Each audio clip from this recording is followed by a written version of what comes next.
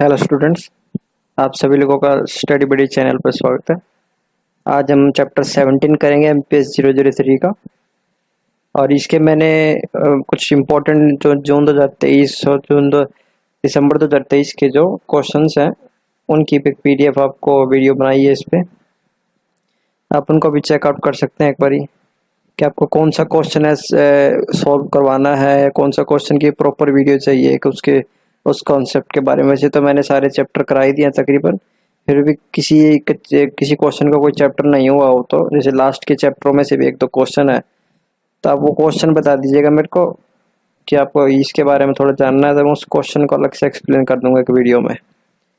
तो आज ये चैप्टर शुरू करते हैं। 17, भारत में अभेदवाद की राजनीति, जाति, धर्म, भाषा और जातीयता। भारत में जो राजनीति है इन चीज़ों पर की जाती है, जाति के विषय पर, धर्म के विषय पर, भाषा के लिए, जातीयता के लिए। Identity politics in India, caste, religions, language and authenticity. कि राजनीति में इन मुद्दों को उठाया जाता है और इन मुद्दों का उपयोग करके राजनीति लड़ी जाती है। मूलभूत सार ही राजनीति का भारत की ये है।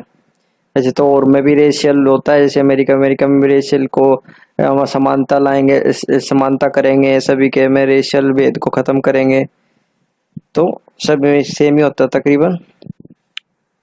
तो देख लेते हैं पहचान की राजनीति का अर्थ, यानी अभेदवाद या पहचान, आइडेंटिटी।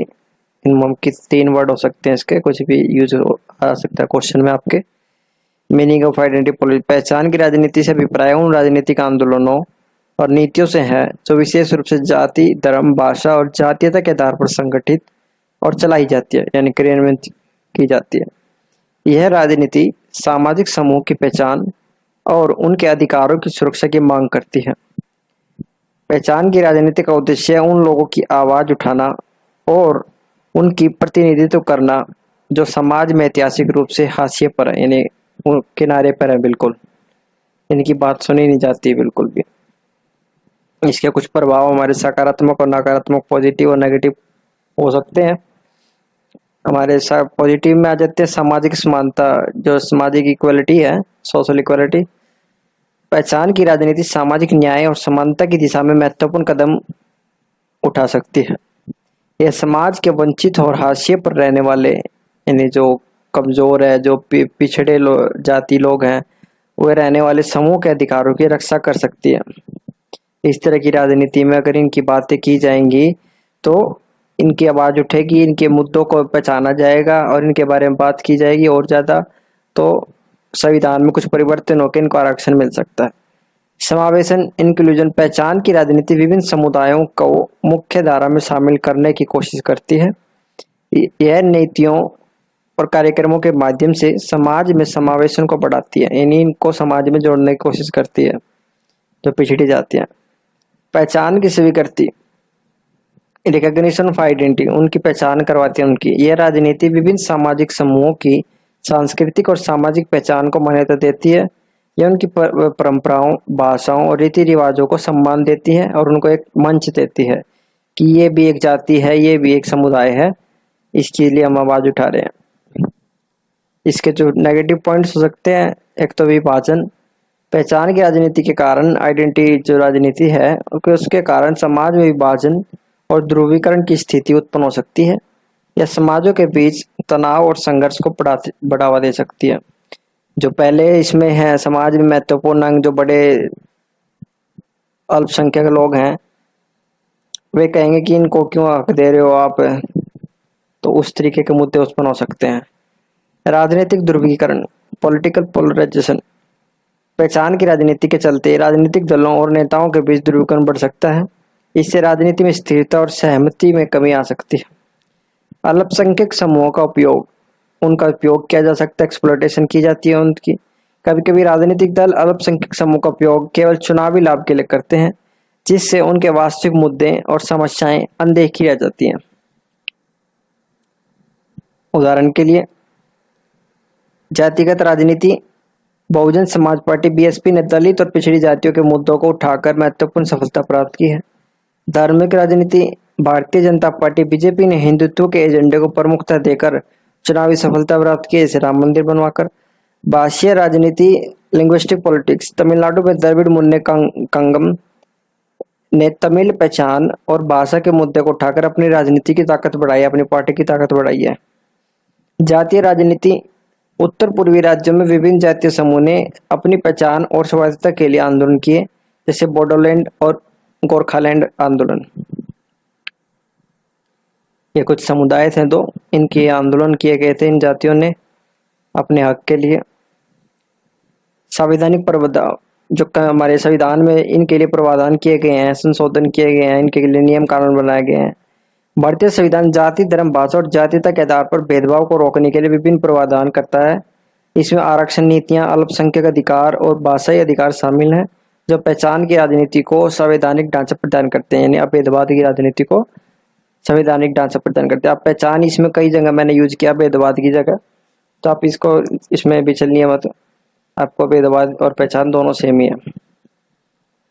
आलोचनात्मक दृष्टिकोण, क्रिटिकल पर्सपेक्टिव, पहचान की राजनीति के प्रभाव को समझने के लिए एक संतुलित दृष्टिकोण आवश्यक है, यानी एक हमारा नकारात्मक और एक पॉजिटिव और नेगेटिव दोनों तरह का एक दृष्टिकोण होना चाहिए, जब भी हम इसकी राजनीति को समझ सकते हैं। यह राजनीति जहां एक ओर सामाजिक न्याय और समानता की दिशा में काम करती है, वहीं दूसरी ओर यह समाज के विभाजन और ध्रुवीकरण का कारण भी बन सकती है। पहचान की राजनीति का सही और सकारात्मक उपयोग समाज को समृद्ध और समावेशी बना सकता है, जबकि इसका दुरुपयोग समाज के लिए हानिकारक हो सकता है। फिर देख लेते हैं जाति आधारित, जो हमारी कास्ट बेस्ड पॉलिटिक्स हैं उनको देख लेते हैं। हमारी ऊपर में जो शॉर्ट में समझा उसका एक थोड़ा सा एक्सप्लेनेशन नहीं है। भारतीय समाज में जाति एक महत्वपूर्ण भूमिका निभाती है। जाति की व्यवस्था का ऐतिहासिक और सामाजिक महत्व है और यह राजनीति में भी बहुत प्रभावी है। जाति आधारित राजनीति का मुख्य उद्देश्य विभिन्न जातियों, विशेष रूप से दलित और पिछड़ी जातियों के अधिकारों की रक्षा और उनके विकास को सुनिश्चित करना है। उदाहरण के लिए बहुजन समाज पार्टी बीएसपी ने दलितों और अन्य पिछड़ी जातियों के मुद्दों को प्रमुखता दी। पार्टी का गठन काशीराम ने किया था और मायावती इसके प्रमुख नेताओं में से एक रही हैं। अन्य दल कुछ समाजवादी पार्टी, एसपी, राष्ट्रीय जनता दल, आरजेडी और जनता दल यूनाइटेड जैसी पार्टियां भी हैं जो जातिगत आधार पर राजनीति करती हैं। इनके जो चैलेंजेस है, सामाजिक विभाजन, जातिगत राजनीति सामाजिक विभाजन को गहरा कर सकती है और यह विभिन्न जातियों के बीच तनाव और संघर्ष को बढ़ावा दे सकती है। कास्टिज्म, जातिगत राजनीति जातिवाद को बढ़ावा दे सकती है, जिससे समाज में समानता और समरसता को खतरा बढ़ सकता है। राजनीतिक अवसरवाद, पॉलिटिकल अपॉर्चुनिटिज्म, कभी कभी राजनीतिक दल जातिगत मुद्दों का उपयोग केवल चुनावी लाभ के लिए करते हैं, जिससे वास्तविक समस्या अनदेखी रह जाती है। फिर देख लेते हैं धर्म आधारित राजनीति, जो हमने ऊपर पढ़ा था। भी धर्म आधारित राजनीति एक अन्य महत्वपूर्ण आयाम है। धर्म आधारित राजनीति धार्मिक पहचान और अधिकारों की सुरक्षा की मांग करती है कि हमें सनातनी देश बनाना है, हम पूरे इंडिया को सनातनी देश बना देंगे, विश्व गुरु बनाएंगे। तो हमारे जो मोटो है हमारी बीजेपी पार्टी का यही है। बीजेपी और उसके हिंदुत्व के एजेंडे का असर भारतीय राजनीति पर स्पष्ट दिखता है। पार्टी ने धार्मिक मुद्दों को प्रमुखता दी है और हिंदू वोट बैंक को साधा है। अन्य दल इसमें AIMIM जैसी पार्टी है जो मुस्लिम समुदाय के अधिकारों और पहचानों के मुद्दों पर राजनीति करती है। इसके प्रभाव सांप्रदायिक ध्रुवीकरण, धर्म आधारित राजनीति सांप्रदायिक ध्रुवीकरण को बढ़ावा दे सकती है और अल्पसंख्यकों की सुरक्षा, धार्मिक अल्पसंख्यकों के अधिकारों और सुरक्षा के प्रमुख मुद्दे प्रमुख हो जाते हैं कि भी नहीं की सुरक्षा करनी है हमें सिर्फ इस धर्म की, सिर्फ विशेष धर्म की, और किसी धर्म के हमें देखना नहीं है। भाषा आधारित राजनीति, लैंग्वेज बेस्ड पॉलिटिक्स, इसमें हमारा है भाषा की पहचान क्षेत्रीय राजनीति को प्रभावित करती है। हर एक क्षेत्र में हमारे देश में बहुत ही विविधता है, जैसे हर एक 7-8 किलोमीटर में हमारी लैंग्वेज बदलती आती है और बदलती चली जाती है। तो भाषा आधारित राजनीति क्षेत्रीय भाषाओं और संस्कृतियों की सुरक्षा और प्रोत्साहन की मांग करती है। जैसे तमिलनाडु में द्रविड़ आंदोलन, द्रविड़ मुन्ने कन्नम ने तमिल पहचान और भाषा के मुद्दे को उठाकर अपनी राजनीतिक ताकत बढ़ाई।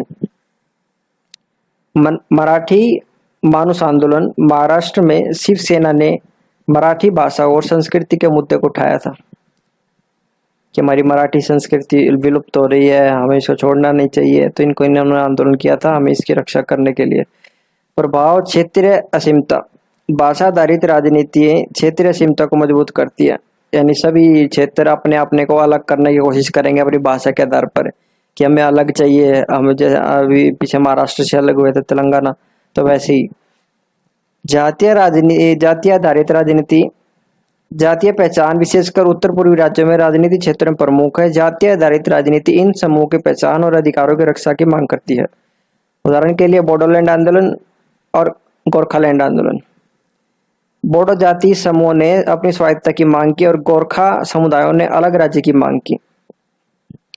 इसके प्रभाव क्षेत्रीय स्वायत्तता, अपने क्षेत्र अलग चाहिए हमें, इसकी वही जो मैं अभी बता रहा था, जातीयता आधारित राजनीति क्षेत्रीय स्वायत्तता की मांग को बढ़ावा देती है। राष्ट्रीय अखंडता, यह राष्ट्रीय अखंडता को चुनौती दे सकती है। जो राष्ट्र को जोड़े रखती हैं वो धीरे धीरे टुकड़ों में बट रही है। संवैधानिक प्रावधान और पहचान, कॉन्स्टिट्यूशन में किस तरीके के बदलाव किए गए हैं, इन चीजों के लेकर भारतीय संविधान जाति, धर्म, भाषा, जातीयता के आधार पर भेदभाव को रोकने के लिए समय समय पर कुछ उसमें संशोधन प्रावधान करता रहता है। इसे अनुच्छेद 15-16 में जाति, धर्म, भाषा और जातीयता के आधार पर भेदभाव पर रोक लगाने के लिए इसमें संशोधन किया गया था कि किसी के साथ किसी भी तरह का भेदभाव नहीं करना चाहिए इन चीजों को लेकर, जाति, धर्म, भाषा और जातीयता के आधार पर। उसके लिए कानूनी कार्रवाई की जा सके अगर किसी ने उसके खिलाफ कंप्लेंट की तो इन मुद्दों पर। अनुच्छेद 29 और 30 में अल्पसंख्यक समुदायों के सांस्कृतिक और शैक्षिक अधिकार दिया गया। आरक्षण नीतियां, सामाजिक और शैक्षिक रूप से पिछड़े वर्गों के लिए आरक्षण की व्यवस्था की गई। इसमें और भी वास्ट दिया हुआ है, ये मैंने शॉर्ट में इसमें 2-3 पॉइंट लिए हैं सिर्फ आपके लिए।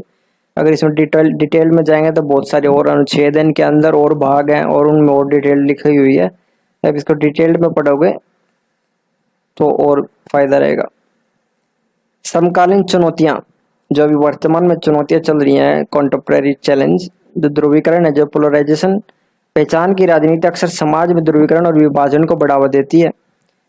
जब राजनीतिक दल और नेता जाति, धर्म, भाषा और जातीयता के आधार पर समर्थन मांगते हैं तो यह विभिन्न समुदायों के बीच मतभेद और तनाव को बढ़ा सकता है। इससे समाज में एकता और सहयोग की भावना कमजोर हो सकती है, जैसे कि आपकी बार आपने देखा। सामाजिक न्याय, समानता और समावेशन की चुनौतियां अभी भी मौजूद हैं। आरक्षण और अन्य संवैधानिक प्रावधानों के बावजूद कई वंचित समूह को अभी भी पूर्ण सामाजिक और आर्थिक समानता नहीं मिली है। सामाजिक न्याय की प्राप्ति के लिए नीतियों का प्रभावी क्रियान्वयन और समावेशन सुनिश्चित करना आवश्यक है। जो नीतियां कानून बना तो रहे हैं पर इनको लागू और इनको अच्छी तरह पालन करना, वो भी अभी हर एक रूट को ग्रास रूट लेवल पे अप्लाई करना जरूरी है और उन पर निगरानी रखना जरूरी है। आप उनको मुंह से तो बोल दोगे हमें इनको आरक्षण देंगे, इनको ये देंगे, इनको नियम कानून देंगे, पर जब अंदर जाके देखेंगे तो इसी तरीके का भेदभाव अभी भी चल रहा है उनके बीच। राष्ट्रीय एकता, क्योंकि एक जो सोच होती है इंसान की, वो सोच वही रहती है कि हम क्यों दें इनको हक। बस वो तो थोड़े कानून में कई बार बंद जाते हैं तो इनको देना थोड़ा मोटा उनके बारे में सोचना पड़ता है। तो हमें एजुकेशन सिस्टम में ये चीज शुरू से ही रखनी चाहिए और इसको बिल्कुल हटाना नहीं चाहिए कि हमें हर एक व्यक्ति को समान अधिकार और समान नजर से देखना चाहिए। राष्ट्रीय एकता, भारत की विविधता को एकता में बांधना एक बड़ी चुनौती है। भारत में इतनी सारी विविधताएं हैं, इतने सारे स्टेट्स हैं, इतनी सारी लैंग्वेज हैं, इतनी सारी संस्कृति हैं, उनको एक साथ जोड़े रखना एक भारत में बहुत ही बड़ी चुनौती है। पहचान की राजनीति के कारण विभिन्न समूह अपनी अलग अलग पहचान पर जोर देते हैं, जो कभी कभी राष्ट्रीय एकता को चुनौती दे सकता है। और राष्ट्रीय एकता बनाए रखने के लिए विभिन्न पहचान वाले समूहों के बीच संतुलन और समन्वय बनाना आवश्यक है। अब कुछ विद्वान देख लेते हैं जिनके दृष्टिकोण, जैसे हमारे मेन विद्वान हैं जिन्होंने आरक्षण के लिए बहुत बड़ा काम किया था और संविधान में उन्होंने संविधान का निर्माण किया था, Baba Saheb Ambedkar, doctor B R Ambedkar. जातिगत भेदभाव और सामाजिक न्याय, बाबा साहब अम्बेडकर भारतीय संविधान के प्रमुख वास्तुकार थे और जातिगत भेदभाव के खिलाफ संघर्ष और अग्रणी भूमिका निभाई, क्योंकि ये भी इसी चीज से पीड़ित थे। इनका बचपन इसी तरीके से निकला था। आपने एक नाटक भी देखा होगा, इनके किताबों में पढ़ा होगा। तो इन्होंने उनके लिए हक कभी भी पीछे नहीं हटे और उनका इन्होंने संविधान में जोड़ के ही छोड़ा, नहीं तो कोई नहीं करता और कोई नहीं करता। इन्होंने ही कर दिया, तो आज उनकी स्थिति थोड़ी सी पहले से बहुत ज्यादा बेहतर है, पर अभी भी कमी है। उन्होंने सामाजिक न्याय और समानता के सिद्धांतों को संविधान में स्थापित किया। जाति व्यवस्था के खिलाफ संघर्ष, fight against caste system. Ambedkar ने जाति व्यवस्था को खत्म करने के लिए अनेक आंदोलन चलाए और दलित समुदाय के अधिकारों के लिए संघर्ष भी किया। समानता और स्वतंत्रता, उन्होंने समाज में समानता और स्वतंत्रता की स्थापना के लिए कानूनी और सामाजिक सुधारों की वकालत की। उनका मानना था कि बिना सामाजिक समानता के राजनीतिक स्वतंत्रता कोई महत्व नहीं है। आरक्षण, अंबेडकर ने अनुसूचित जनजातियों और अनुसूचित जनजातियों के लिए आरक्षण का समर्थन किया ताकि उन्हें सामाजिक और आर्थिक समानता मिल सके। यह आरक्षण नीतियां आज भी भारतीय समाज में महत्वपूर्ण भूमिका निभाती हैं।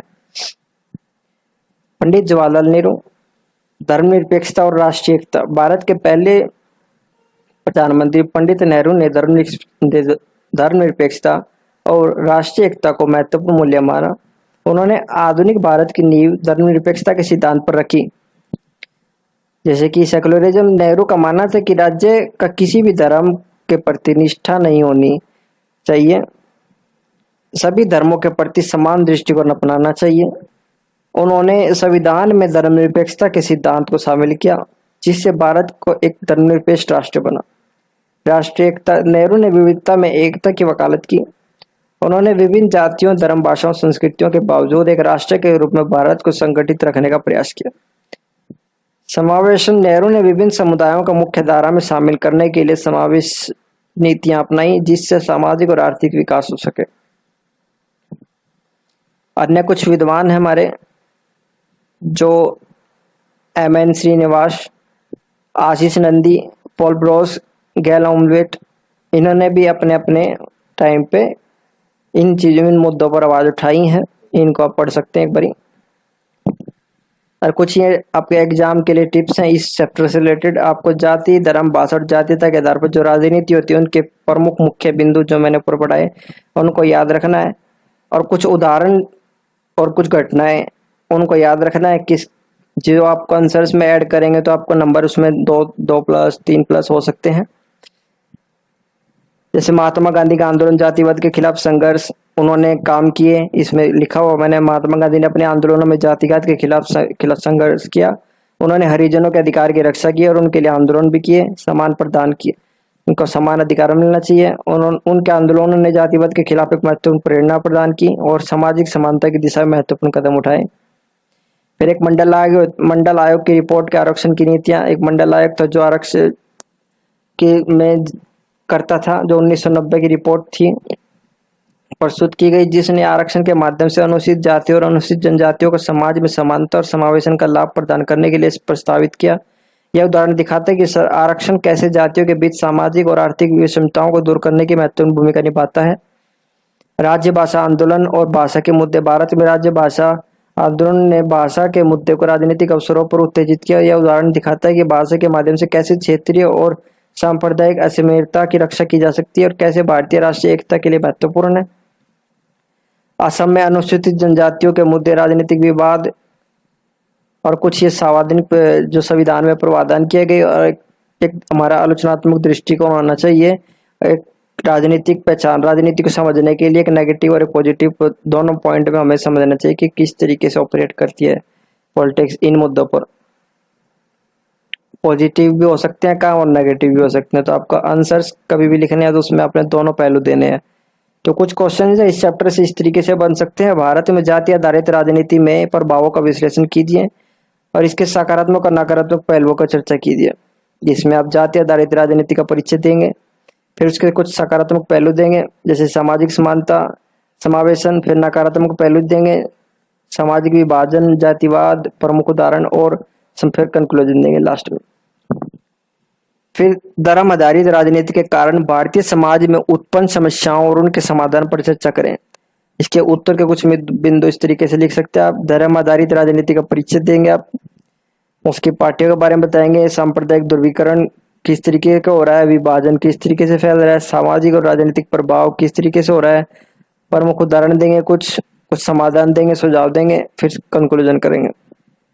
भाषा आधारित राजनीति का भारतीय राष्ट्रीय एकता पर क्या प्रभाव पड़ता है, उदाहरण सहित स्पष्ट कीजिए। भाषा आधारित राजनीति का परिचय दीजिए। क्षेत्रीय से असीमता, स्वायत्तता, राष्ट्रीय एकता पर प्रभाव, प्रमुख उदाहरण जैसे द्रविड़ आंदोलन, मराठी मानुष आंदोलन और फिर कंक्लूजन। बाबा साहब अम्बेडकर और पंडित नेहरू ने विचारों का विश्लेषण कीजिए। यह बताइए कि उन्होंने भारतीय समाज की पहचान की राजनीति कैसे प्रभावित की। और लास्ट क्वेश्चन हमारा, भारतीय संविधान के विभिन्न प्रावधानों का विश्लेषण कीजिए। तो जाति, धर्म, भाषा और जातीयता के आधार पर भेदभाव को रोकने के, सामाजिक समानता को बढ़ावा देने के लिए बनाए गए हैं। इसमें कुछ प्रमुख हैं, आप इनके बारे में पढ़ लीजिएगा। मैंने 15-16 का आपको बताया, 29-30 का। संविधान के प्रमुख पद 15, 16, 17, 29, 30, 46। आरक्षण व्यवस्था, इन प्रावधानों की प्रासंगिकता और महत्व, सामाजिक समानता का समावेशन और समापन है। ये चैप्टर ये खत्म होता है। अगर चैप्टर का आपको इसकी डिटेल नोट्स अच्छे लगे हो तो लाइक करना इसको, वीडियो को, और अपने दोस्तों को शेयर करना, उनकी भी मदद हो जाए। और मैं टेलीग्राम पे इसका लिंक शेयर कर दूंगा वीडियो का। Thanks for watching, good bye. Telegram का लिंक इसकी डिस्क्रिप्शन में मिल जाएगा आपको।